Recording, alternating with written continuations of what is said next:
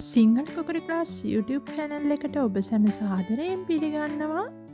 පුහුල් හොරා කරින්දනේ කියන පස්තා පිරුල පොඩි කාලේ ඉඳලා අහලා තිබ්බට පුහුල් කරිය හදාගන්න විදිහ අපි අහලා තිබ්බද?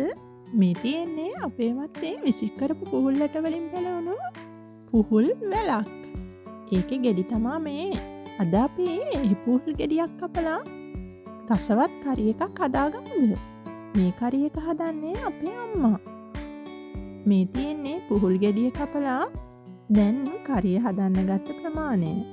කිසිම වසවිසක් නැතුව ඉබේම හැදෙන මේ වගේ දේවල් අපිට කන්න ලැබෙන එකත් වාසනාවක්. මුලින්ම මෙහෙම පිහියෙන් පුහුල් ගෙඩියේ පොත්ත රැහැලා අයින් කරගන්න. ඔයාට ඕනනම් පොත්තක් තියාගන්න පුළුවන්. පොත්ත හැබැයි ටිකක් හයියයි. ඊට පස්සේ මේ වගේ කෑලි වලට කපලා අරගන්න. දැන් මේ කපාගත්ත කෑලි ටික වතුරෙන් හොඳින් සෝදලා අරගන්න. බලන්නකො ලස්සනට සුදු පාටට තියෙන විදිහ. ඊට පස්සේ මේ විදිහට මිරිස් කුඩු ටිකක් කර කරලා අරගන්න. ගොඩාක්ම සැරට අපි මේ පුහුල් කරිය හදාගන්නේ නැහැ. දැන් මේ මිරිස් කුඩු ටික කපාගත්ත පුහුල් ටික උඩින් දාගන්න.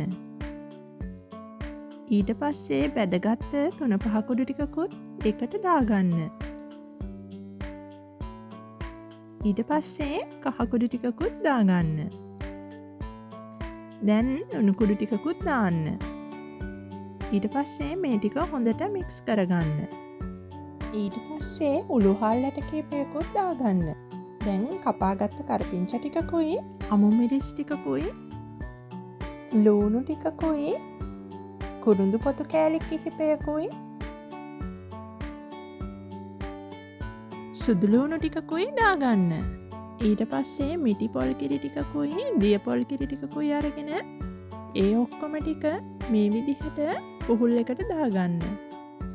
දැන් ඇතිලිය ලිප උඩින් තියාගන්න. අපි නම් අපේ කෑම ගොඩක් වෙලාවට හදන්නේ දර ලිපේ. මොකද එතකොට කෑම ගොඩක් රසයි.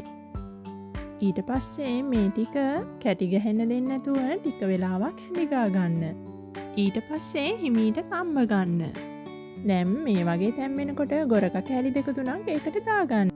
ඊට පස්සේ අබ කුඩු ටිකක් හදාගන්න. මේ විදිහට අබ ටික කර කරලා වංගෙඩියට දාලා කොටා ගන්න.